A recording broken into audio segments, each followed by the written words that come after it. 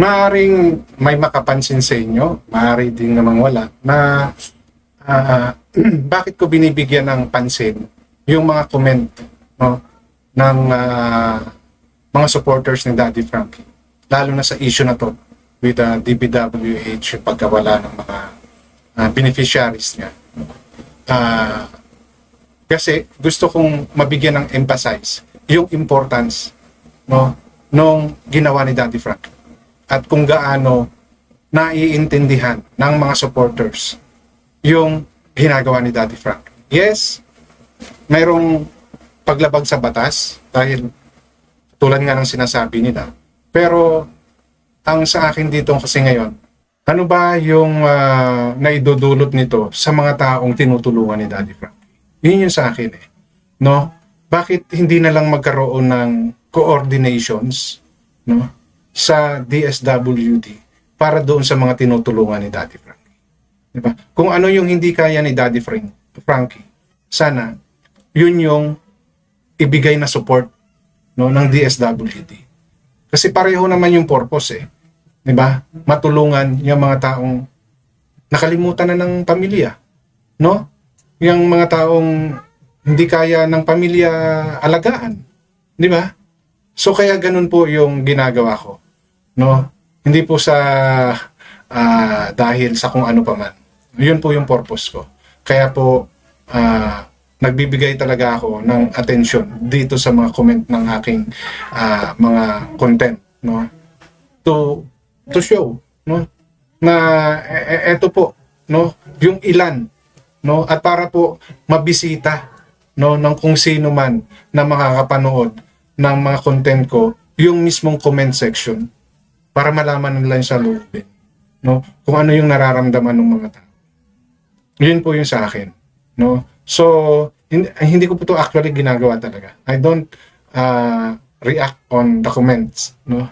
Kaya lang kasi dito sa nangyari sa kay Daddy Frankie, para kasing sobra naman yung, kahit ako hindi ko maisip na ginigipit, no? Parang ang hirap sabihin na panggigipit ba to? No? Kasi ang dami ng vloggers and ang dami pang mga katulad ng mga inaalagaan ni Daddy Frankie sa kalye. Pero bakit ninyo pinag-initan yung nanduroon, no, sa shelter ni Daddy Frankie? Yun po yung sa akin. Kaya sa paraan na alam kong makakatulong ako, ginagawa ko po yun. At yun ay yung mismong maipakita sa content ko, yung saloobin po ng ilan sa mga taong sumusuporta kay Daddy Frankie.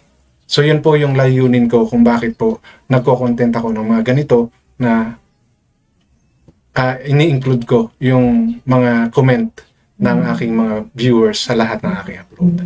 Okay? But bago po ako magpatuloy, welcome sa aking channel. Kung bago pa lang po kayo sa aking channel, please don't forget to like, share, and subscribe na rin po. And pakihit ng notification bell para maging aware kayo sa aking mga upcoming content. Any comment, suggestion, recommendation, leave it on our comment section. Issue lang po tayo, walang personalan.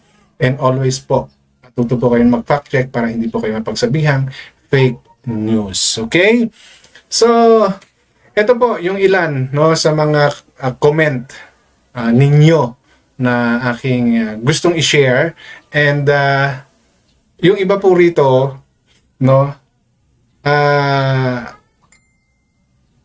yung suggestion is almost the same nung nasa isip ni Boss Tax at nung yung upload ni Boss Tax, no. So kung ano po yun, allow me to show you some of those comments, no. So palitin ko lang itong aking tsura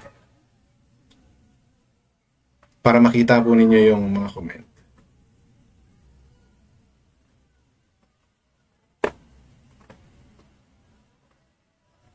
So random po to, ha.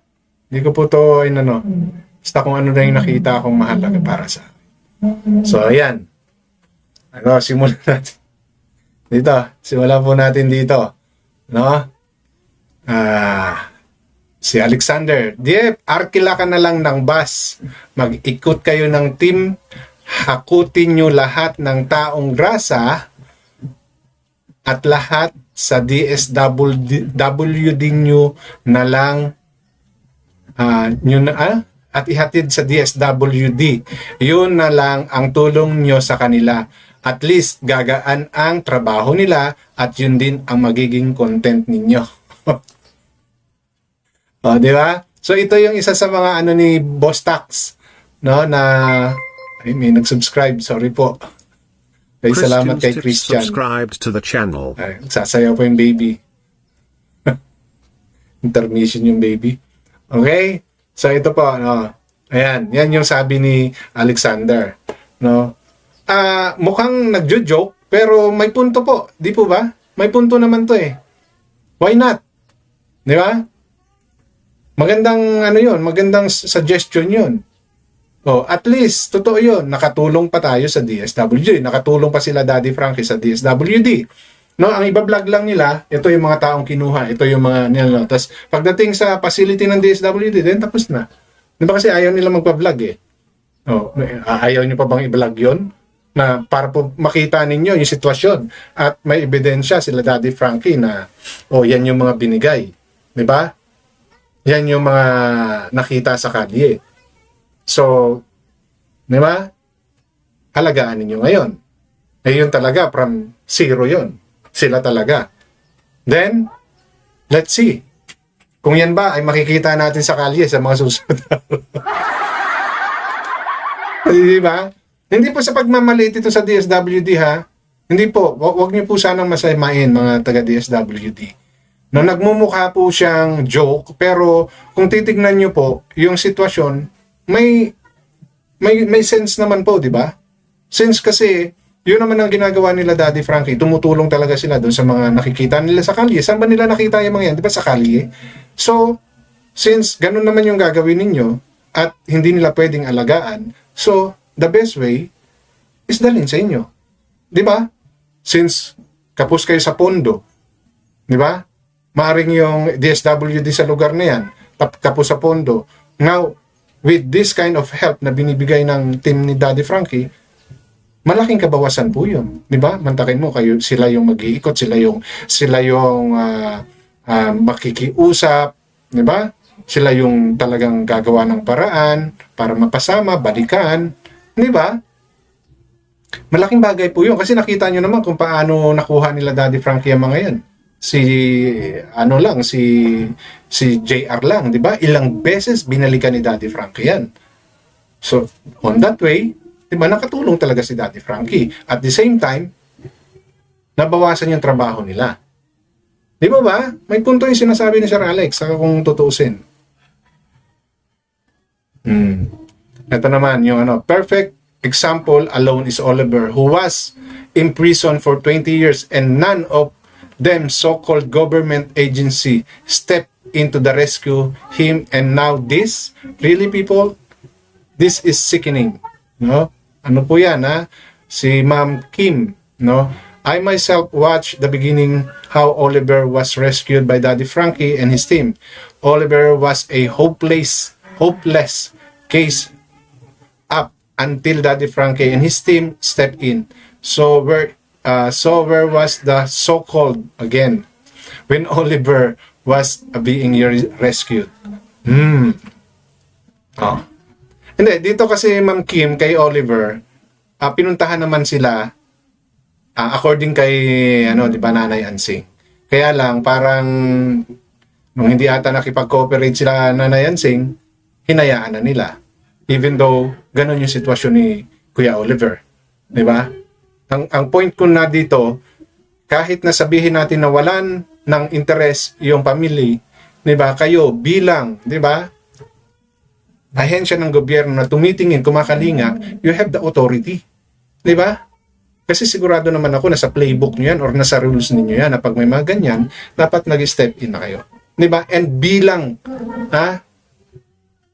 human, no, na makakita kayo ng ganong sitwasyon ni Kuya Oliver, 'di ba? Dapat hindi nyo titigilan yan. Kahit na ganon yung asal ng kamag-anak. Di ba? Doon na papasok yung gobyerno. No? So, may punto po si Ma'am Kim. Kuha ng tagalansangan, ibigay sa DSWD, yun yung hindi pa nakakaligo. Same thing kay Sir Alex. Yeah? Okay, ito. Ito, it's about the revenue, no? Napag-usapang revenue to eh. Teka lang. Limpak-limbak ba talaga? Hindi naman kalakihan binibigay, about the sponsor. Binibigay ng mga sponsor. Yung tama lang sa panggastos ng beneficiary, pang grocery, ganun at panggastos. May pamilya din naman yung mga nagbibigay. Nag-share lang sila ng konti sa sahod nila para makatulong kasi nakikita nila ang kabutihan sa ginagawa ni Daddy Frankie. Sabi ni Ma'am Lorna Damaso. No? Napakalinaw naman po kung ano yung rason nila. Kasi ayaw nilang makita ng mga tao na wala silang ginagawang aksyon sa mga nagkalat na taong grasa dyan sa kalsada. At para di makita, kinukurakot nila ang pondo para dyan. Malaki ang pondo. Diyos ko, bulok na bulok. Okay, so medyo si Ma'am Gemini. No? I don't know if this is Ma'am. No, pero dito po kay Ma'am Lorna, no? Yes. Kaya nga sabi ko sa inyo, hindi pwedeng hindi magba-vlog si Daddy Frankie. Kasi ang sponsor ay hindi naman fix. Hindi naman lahat yan nagbibigay monthly. Kaya katulad ng sinasabi ni Ma'am Lorna, some are just sharing some of their salary. No? At hindi ganun kalakihan. Diba? Kaya hindi pwedeng umasa lang si Daddy Frankie sa mga sponsor. So he needs the revenue to help. At hindi rin pwede ni Daddy Frankie kunin ng kunin doon sa negosyo niya. Ano naman yung kabubuhay nila? Diba? Oh. So, yun po yung mga punto namin dito, mga sir, mga ma'am sa DSWD. No, hindi ko po inaalis na may rules. Yung sa amin po, baka naman pwede nating medyo, diba? Alalayan na lang si Daddy Frankie. Kung ano yung hindi niya kaya, diba? Yun na lang yung i-provide ninyo. Diba? Hindi po lahat ibibigay nyo sa kanya. Right?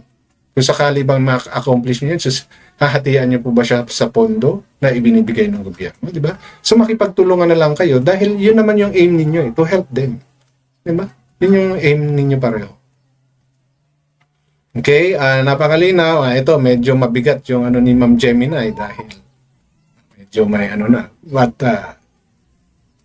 hindi naman nila masasabi yan kung hindi nila nakikita. Diba, hindi ko sinasabi na corrupt ang tao sa DSWD. No. And nakikita ko naman po sa mga Facebook page nila na talagang tumutulong sila. No? Yun nga lang, katulad ng nasabi ko before, is parang patsi-patsi lang. No? It's not really targeting the main cause. No? Talagang lang sa kanila, alalay lang. No? Pangtawid lang talaga. Unlike kasi yung ginagawa nila Daddy Frankie from zero until maging okay sila. Sa DSWD, aminin natin sa hindi, pamatid lang. Pamatid gutom, pamatid uhaw lang yung binibigay. Kahit si Benz TV, ito, medyo ko dito, no? Kahit si Benz TV, charity vlogger, kinuha din ng DSWD yung alaga niya. Yung isa nga, bumalik na sa lansangan, umalis siya. Yun, ito yung, kaya may tanong ako dito kung totoo ba to? No? Sabi ni Ma'am Mercy. So, totoo ba na may ganito? Ano to, di ba? Kung talagang may ganito, o paano yan sa DSWD? No? I'm raising this comment for awareness, no, na may ganito. So, kung sino man po sa mga taga-DSWD na pwedeng makapanood nito, di ba? Or may alam na may ganito nga, paano po yan? Oh, sinagip. Tapos, nung pagdating sa inyo, napabayaan. So, how true is this? No? Hindi pa nag-reply ata yan si ma'am sa akin. So, yun po, no? Yung ilan sa inyo, marami pa po yan. Marami pa pong comment na nandoon sa comment section ko. So, katulad ng sinasabi ko, my purpose here is to let the people know from the government kung ano po yung hinaing ng mga tao. No? Inuulit ko po, yung batas po dapat sinusunod yan. No? Pero sana naman tingnan natin yung sitwasyon.